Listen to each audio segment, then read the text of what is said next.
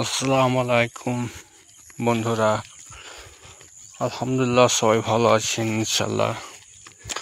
তো আজ আমি ছোট্ট একটা ব্লগ নিয়ে এসেছি আপনাদের কাছে। যে ধানের থোড় এসছে কি না ওই জন্যই দেখাবার জন্য। এখনও এখানে অনেকই জমি তো লেট করে পুঁতেছে, তো এখনও লিডিং চলছে। ধানের যেটা ঘাসটা হয় ওটা এখনও মানুষ লেড়াচ্ছে, তো ওটা ক্লিয়ার করার সময় এসছে।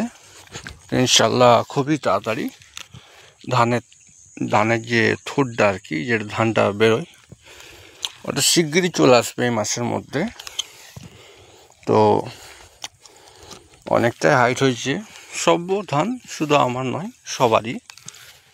আর মাঠের ধান কিন্তু খুব সুন্দর লাগছে, সবই আল্লাহর সৃষ্টি। সবাইকে আল্লাহ দেবে, আল্লাহর রহমত। এগুলো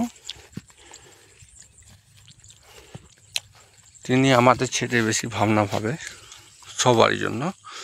তো সব ভাই খুশি থাকবে, ভালো থাকবে।